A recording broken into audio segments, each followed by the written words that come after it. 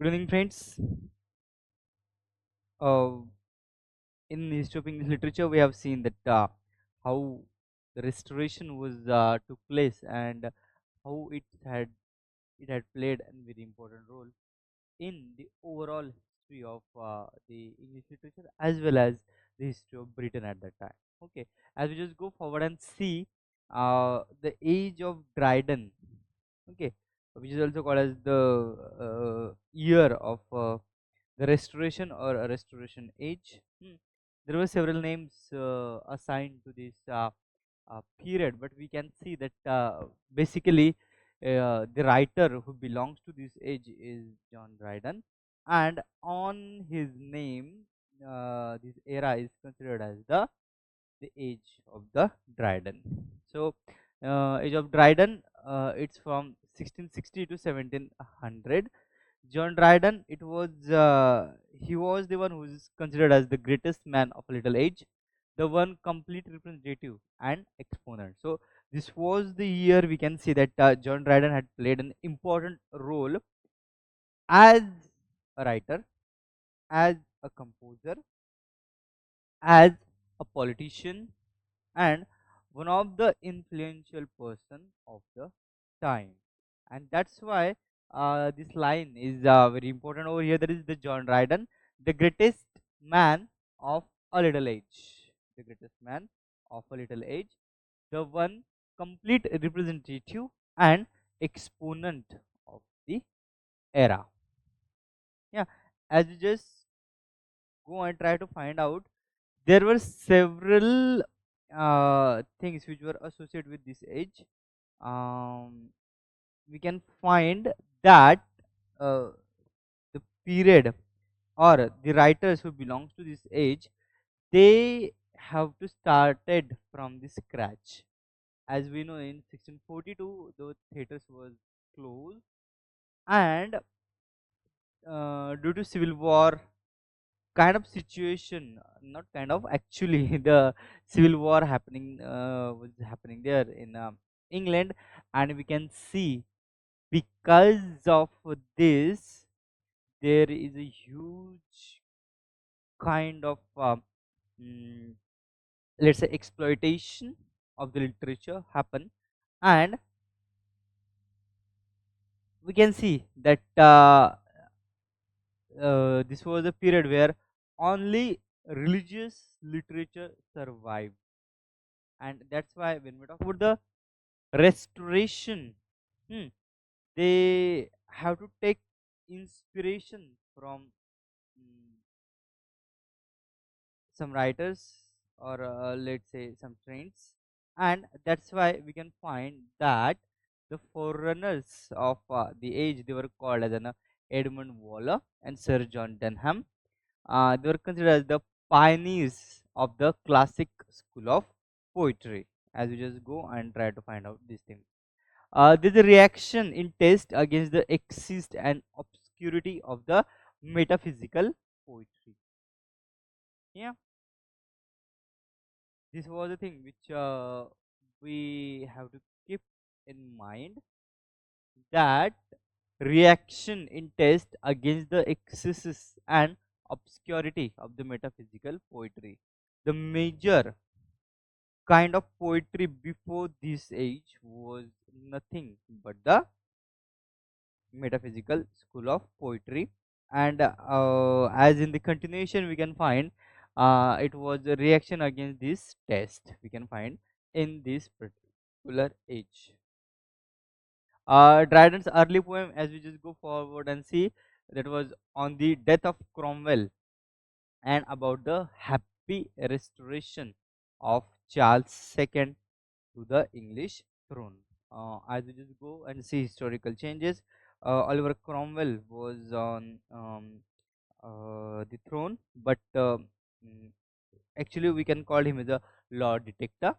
But after him, there is a restoration in the English of the English monarchy or English throne took place, and Charles II was restored as the king of the Great Britain, and that's why this happy restoration of Charles II was celebrated by the writers, by the poets of the time, and they have come up with the different kind of literature, okay, which we can find, which was reflected these uh, in the writings of these people. Okay, so we can find that they were when we talk about the John Dryden, he was greatly influenced by Abraham College, and he called him the darling of my youth. Actually, there was when we talk about the influence and influencer, uh, both became the great, and both created the history. 1663 began to write plays like the most profitable art form of the time, and that we know the most profitable art form of the time, it was nothing but the play.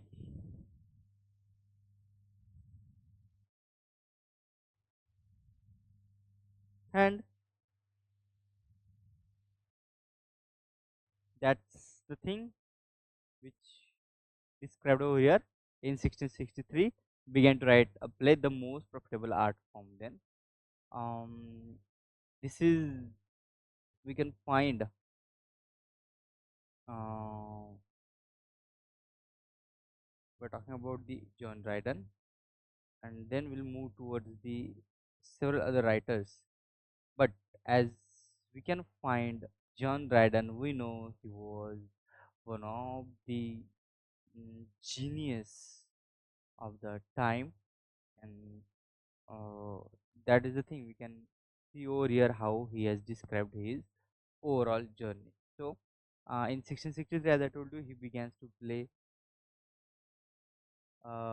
write plays, the most profitable art from of the time.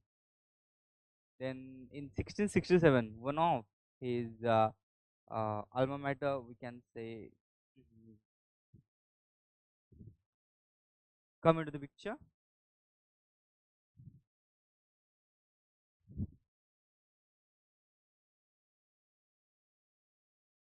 One of his masterpiece. We all have an idea about the Annus Mirabilis, who had studied the English literature. Okay, this is considered as the masterpiece of John Dryden. Two great events of the wonderful year, war with Holland and the fire of London, that is a restoration of the city, was described in this poem, that is Annus Mirabilis, written in 1667. So I'm not going that much deep. Whatever we have, uh, I would like to share it with you, and something which you have to take it with your own. Okay, yeah. So in 1670 was one of the greatest year for John Dryden, as he was became the poet laureate, or we can consider him as the one who had accepted this offer to become a poet laureate, and he enjoyed this court patronage and recognition um, after his after showing his genius from the Annus Mirabilis. Then he had written two doctrinal poems, Religio Laici and the Hind and the Panther, an argument in verse.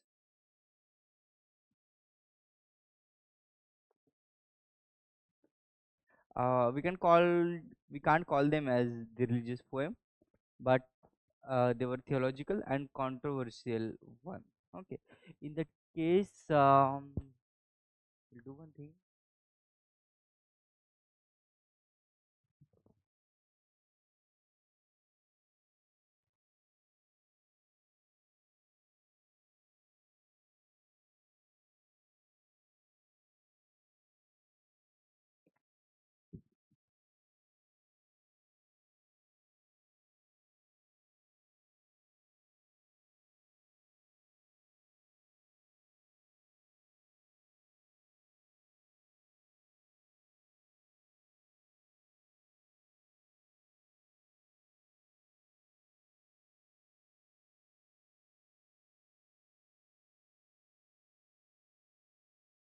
Yes. So this is the thing which I'm looking for as we go forward and see the John Dryden supremacy. We can find that this was his time frame. Uh, we had seen his uh, some works, but this is a kind of detailed transcription about the John Dryden. So here we can see something about very something special about him.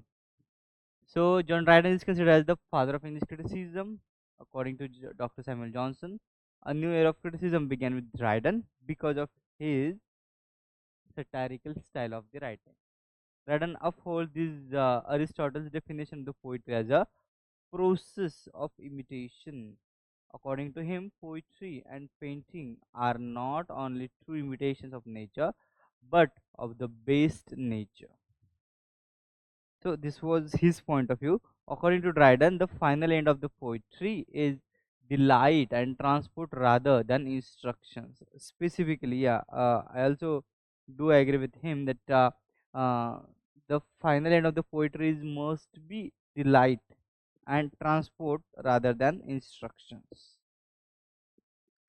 According to Dryden, a poet is neither a teacher nor a bare imitator, a photographer, but a creator.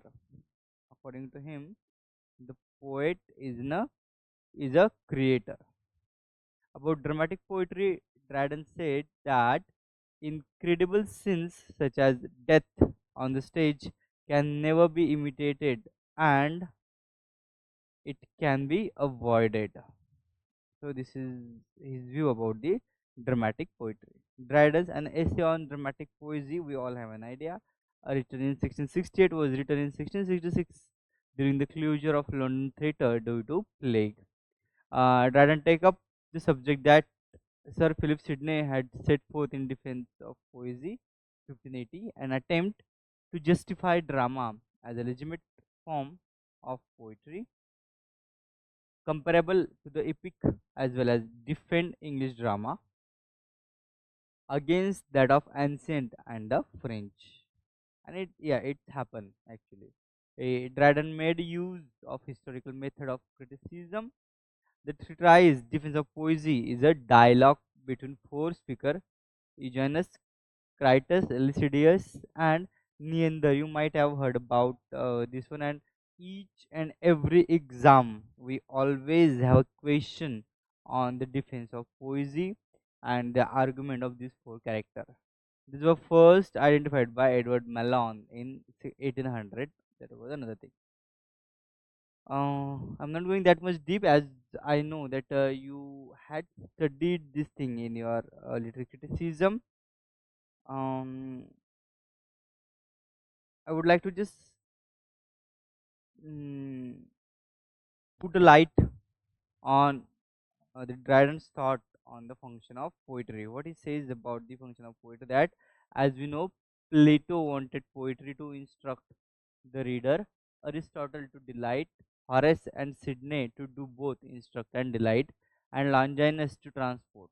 So Dryden came with his own new view and opinion uh, that the final end of the poetry is to delight and transport rather than instruct. According to Dryden, poet is neither a teacher nor imitator but creator. He felt the necessity of fancy, what later Coleridge called the shaping spirit of imagination. So he felt this necessity of fancy that later Coleridge called the shaping spirit of imagination.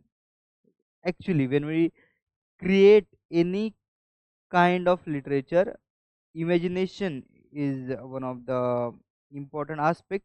Along with the imagination, we can say that uh, your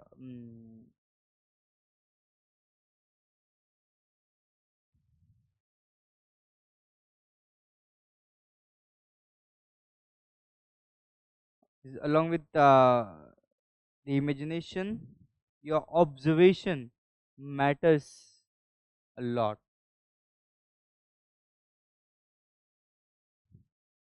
So have a look and we can find that how it is important for us.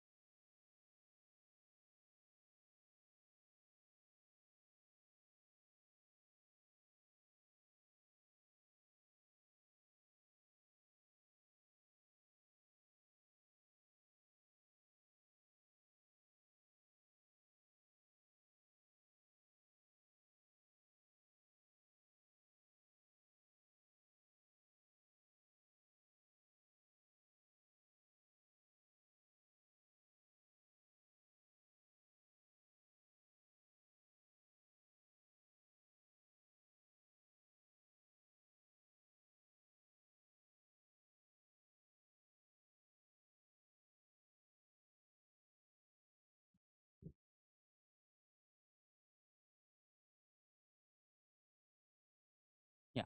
So then Dryden's on the function of poetry.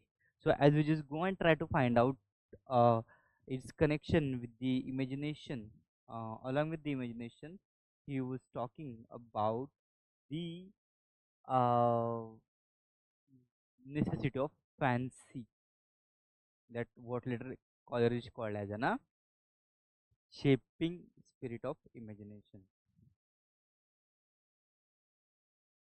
As we move forward, Dryden gave this comparative study of Homer, Ovid, and Chaucer in fables, ancient and modern.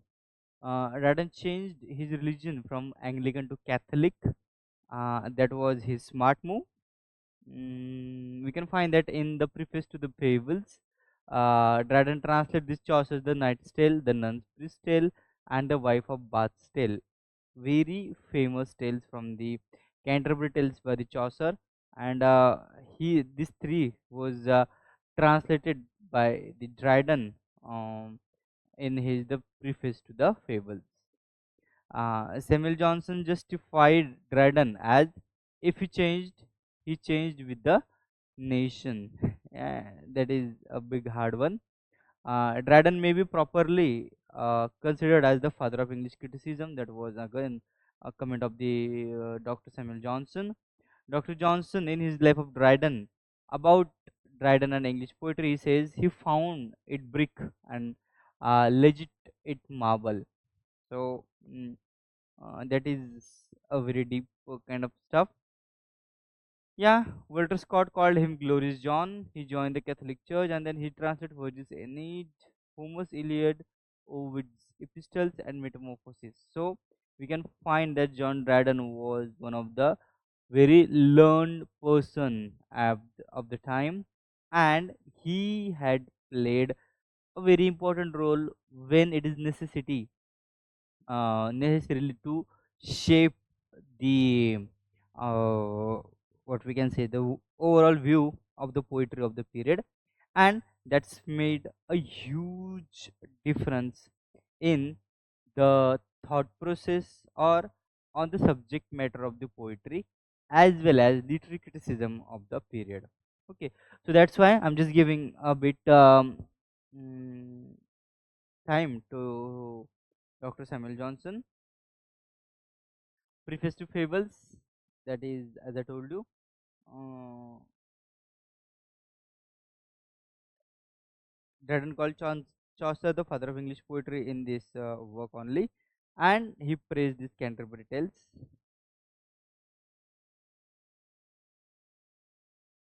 These are most important theoretical works of John Dryden: Defense of an English Dramatic Poesy, a parallel of poetry and painting, Preface to Fables, Ancient and Modern, an essay of dramatic poesy. Okay. Dryden once told that if I would compare Johnson with Shakespeare, I must acknowledge him the more correct poet. But Shakespeare, the greater wit, Shakespeare was the Homer or father of our dramatic poets. Johnson was the Virgil, the pattern of elaborated writing. I admire him, but I love Shakespeare. So again, uh, his love, his consideration for the Shakespeare, he depicted it through the through his comment.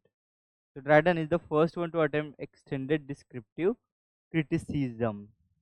So this was the period from where we can say a correct or a constructive kind of criticism, that is descriptive criticism, has been started in English poetry. Not going to discuss this an essay of dramatic poesy as you already had studied in your literary criticism. So this is the things,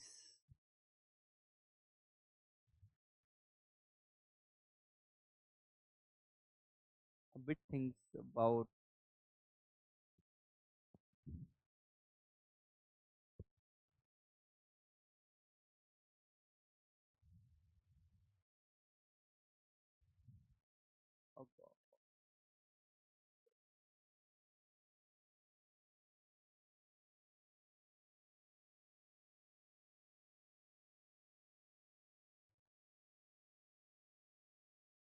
Anyone please help me with this?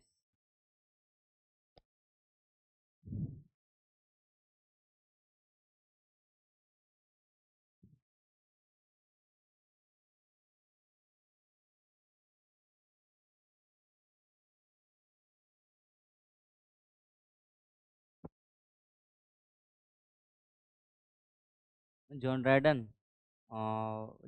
तो माणूस असा होता की त्याने हा total shape जो आहे ना तो चेंज केला आणि ह्या ज्या गोष्टी होत्या ते आपण बघू शकतो की लिटरेचर सोबतच लिटरेचरला ज्या ज्या लोकांनी एक काइंड ऑफ काय म्हणतात ना मिडास टच दिला ना तो एक काय म्हणता येईल त्याला वेगळाच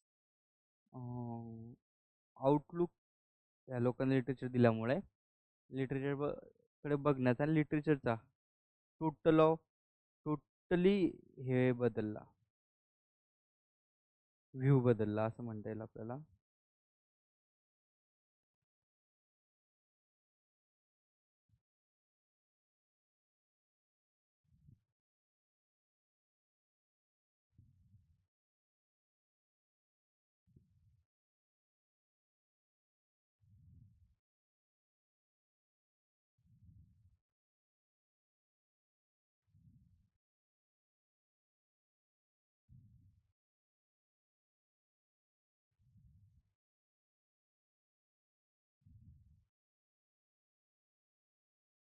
मतलब बोर्ड जरा त्रास देतोय. So,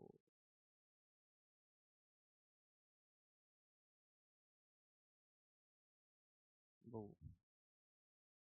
I have something about this one.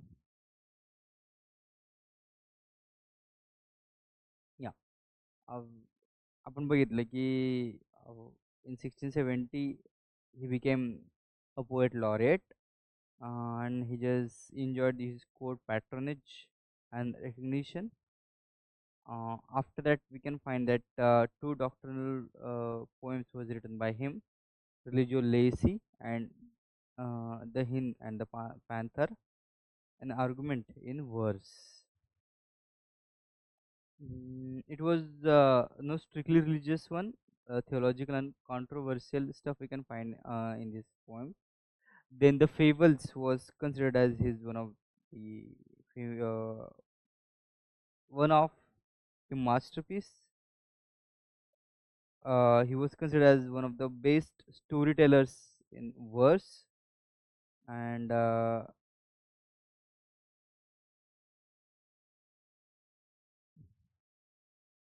we can find that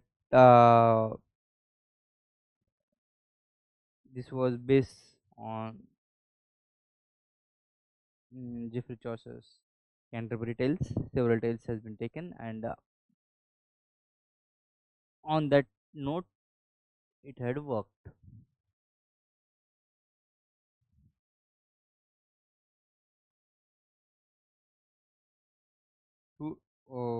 Then his Palamon and Archite was another great poem based on Chaucer's The Knight's Tale, an opportunity for comparison.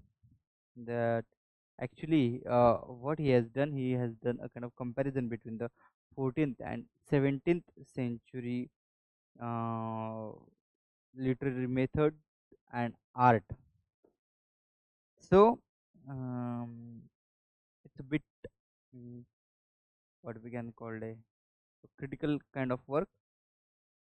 Mm, then, as I told you, he was converted from Anglican to the Roman Catholic.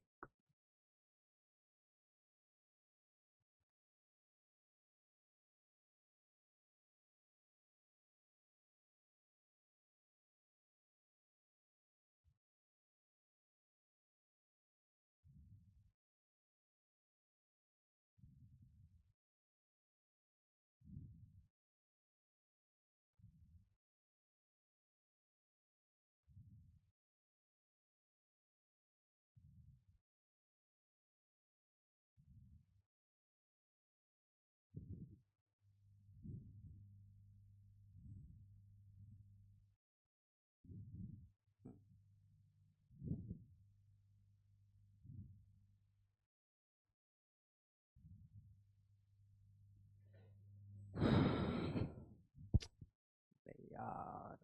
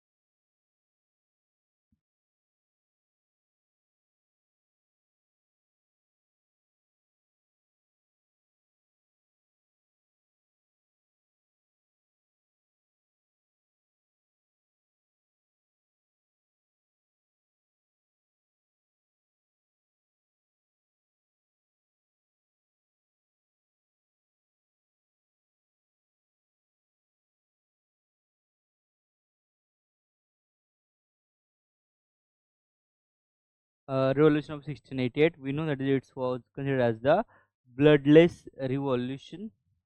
Go and have a look into it. If we at point, we'll go with it. As we're talking about this age, and we had started covering from 1660 to 1700. This was not only the age of Dryden, but the another writers, that is Alexander Pope, and that was considered as the age of Pope also. So we'll go in that disciplinary later. Uh,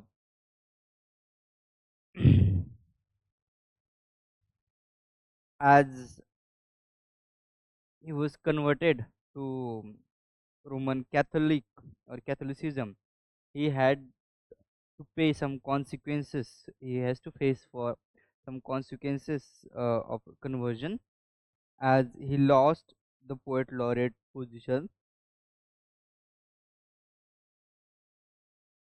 Then he no more official.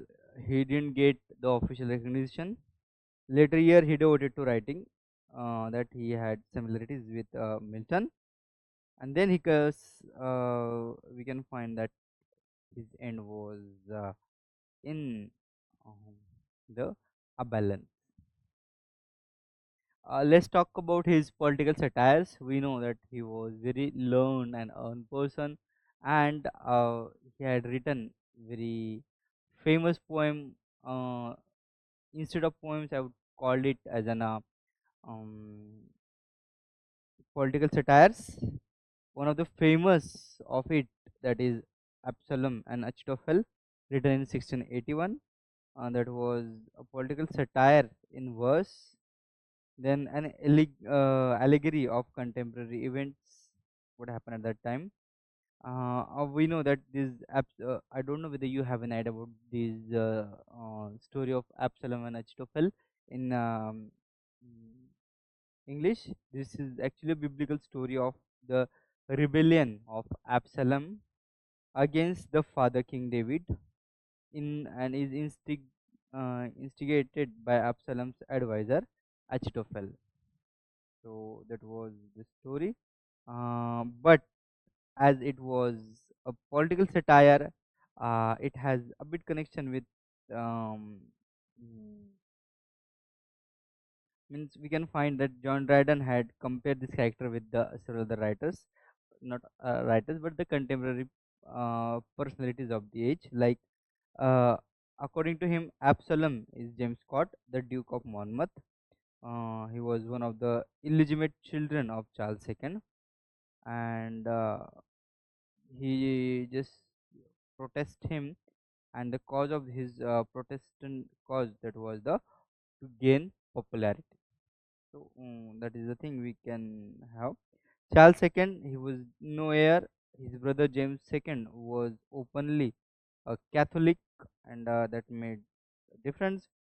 The exclusion bill was the bill of the period, which was advocated by the Earl of Shaftesbury to prevent James II from the succeeding to the throne, but it's happened. In 1681, an appeal to the legitimate Monmouth. Monmouth caught preparing to rebel, and Shaftesbury suspected, arrested, and charged of high treason. Then the Achitophel, when you talk about Achitophel, he was Earl of Shaftesbury. David was considered as the Charles II in this story of uh, Absalom and Achitophel. uh, in this thing we can in this work we can find that Achitophel has a touch of Milton Saturn, as in Paradise Lost we can see that Saturn became a rebellious and mm, built a hell. I mean, he just shifted from heaven to hell. The same thing, or the similarities we can find with the Achitophel in this poem, that Absalom and Achitophel by John Dryden. The poem appeared a week before Shaftesbury was tried on high treason and caused tremendous popular excitement.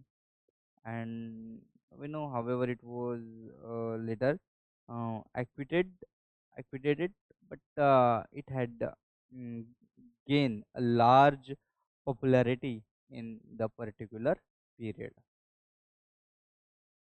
Um, then I would like to tell you about the two very famous poem by the John Dryden um, of, of that period. My God, but Wait, why? because my food is not responding well. So, as we just talking about,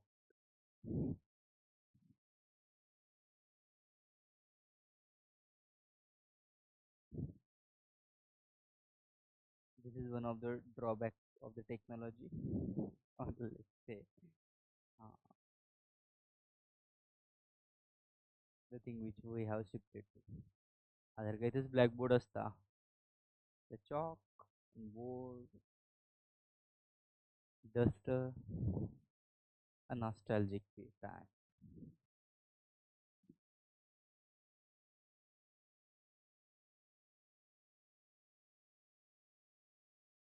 Max Legno, Urgent Legno, a blackboard, facing personal attack in a form of that was a playwright, and then he has responded to the medal. So Max Legno is a kind of response to the poem written by the medal, written by Shadwell. Shadwell has written the medal, and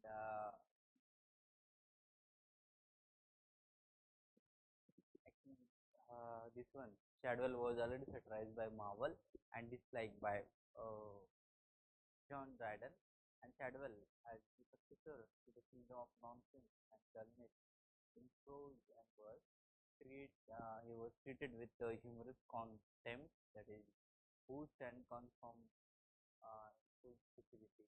But Shadwell never gave it sympathy. So, very famous poem. You can go and read this one, Max Lechno. You can find what is satire. What is satire is. Okay.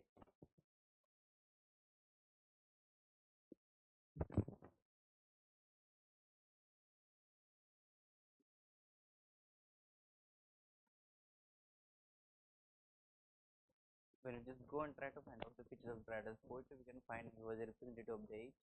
General want of poetic qualities we can find in his poetry. Intellectuality and mainly vigor of style was another thing. Satire and reason in verse, that is another specialty of his writing. He was the founder of new versification according to Johnson, and you can see it in contrast myself to show you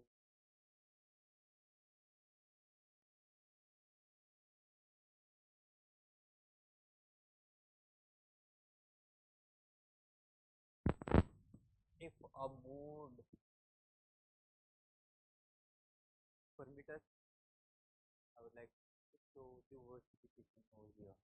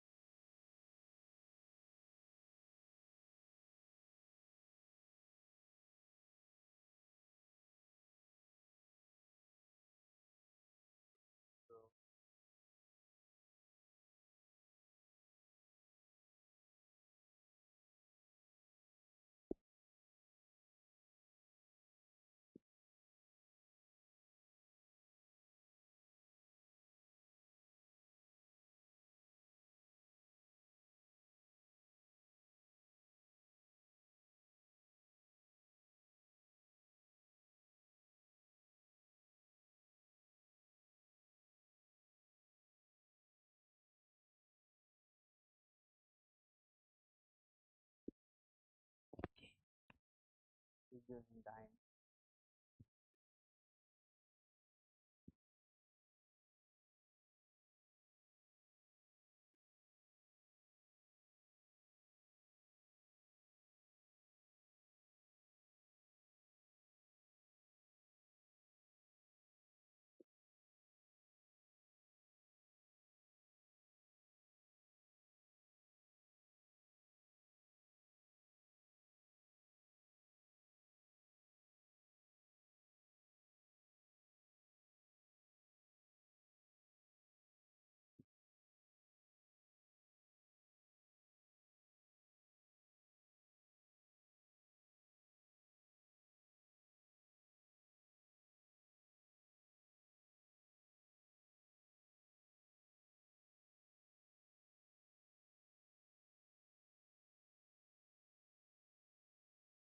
Dryden.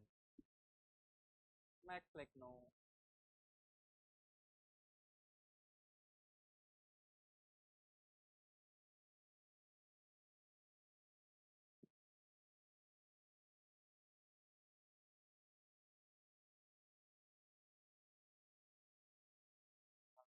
Also,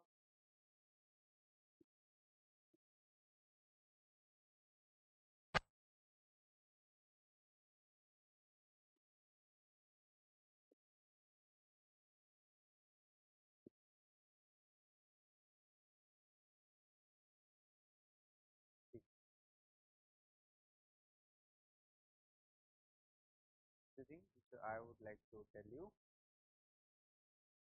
I am for your kind information. This question has been asked on subtitle. So, in set exam, there was a question that is, what is the subtitle of the poem called Max Techno by John Dryden, and the thing is a true blue Protestant poet. TS, and TS stand for Thomas Shadwell. So look on this.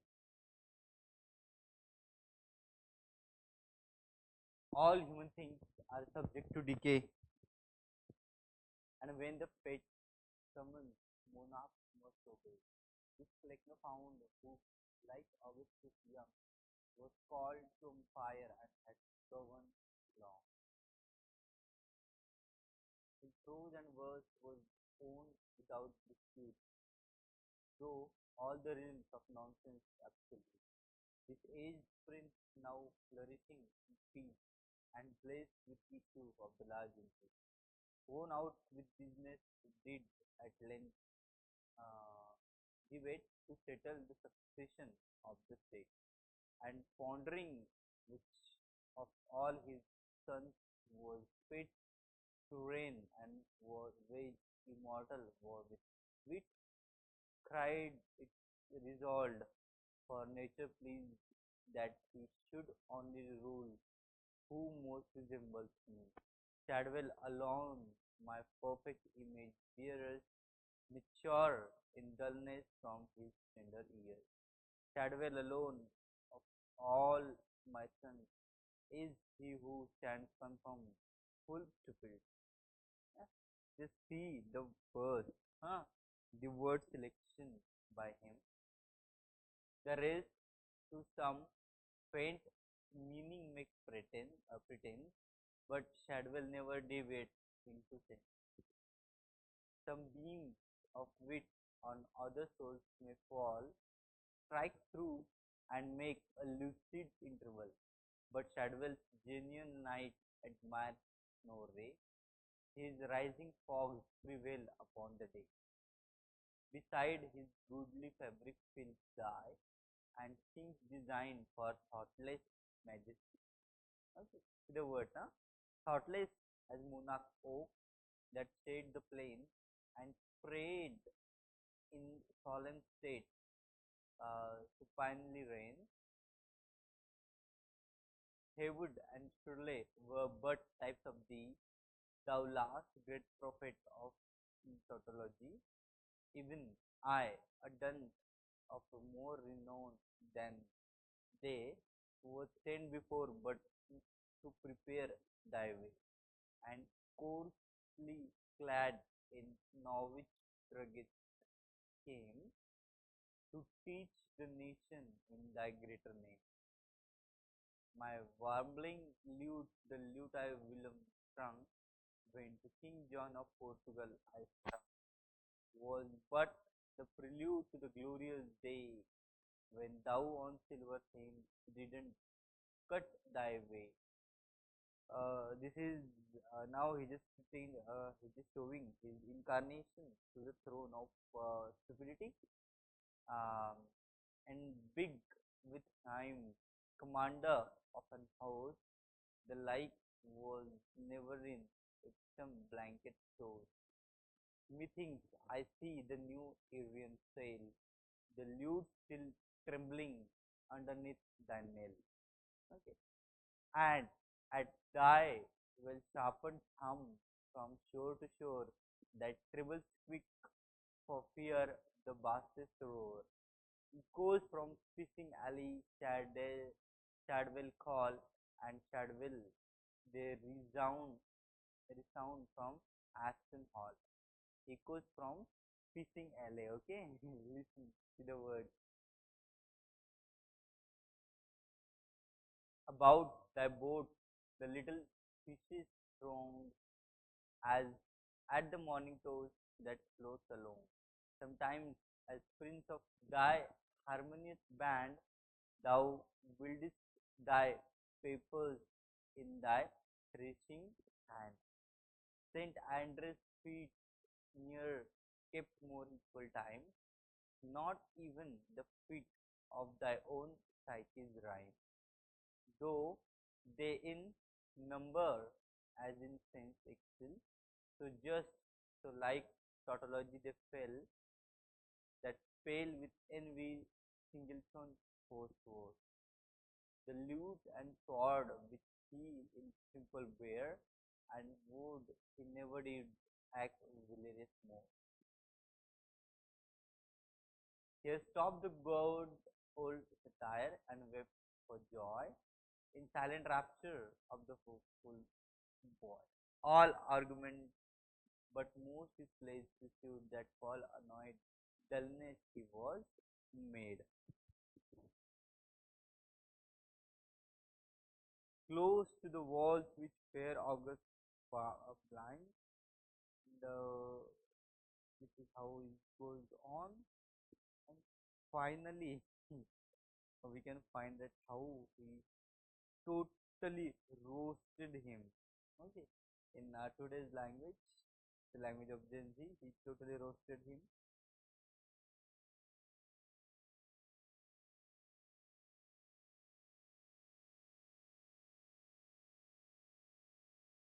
This is for the final stanza.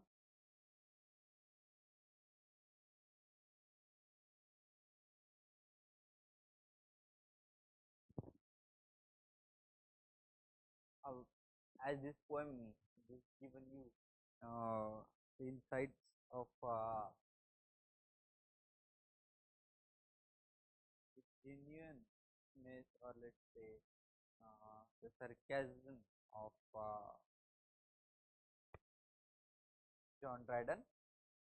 This was a poem which also given us the kind of things which we can call as the intense kind of hate of John Dryden for Thomas Shadwell. Okay, have a look on this poem.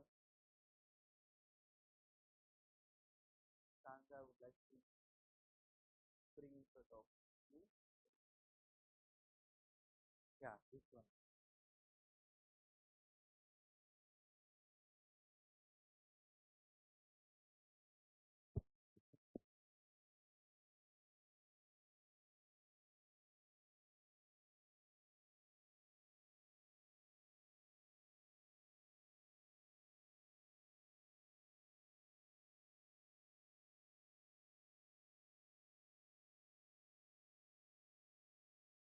Yeah.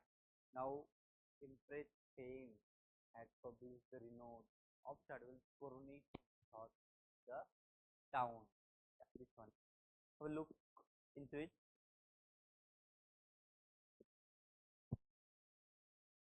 Yeah. It will give us the insights of his thought.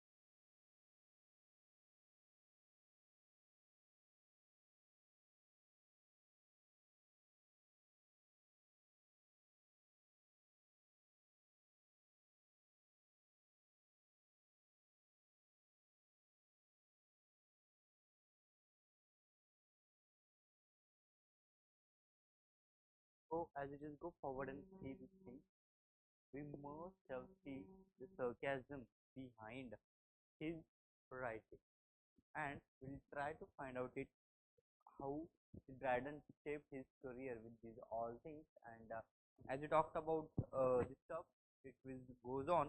And after Dryden, there were several writers who had played an important role in the shape of this particular era. So what we'll try to find out, I have given, I have just devoted most time to the John Dryden, but there's a reason behind it. He's the one who even today was getting studied very deeply. So we'll continue it in our next lecture, and we'll talk about this with the writers who associate with this stage. Thank you. Goodbye. Good night.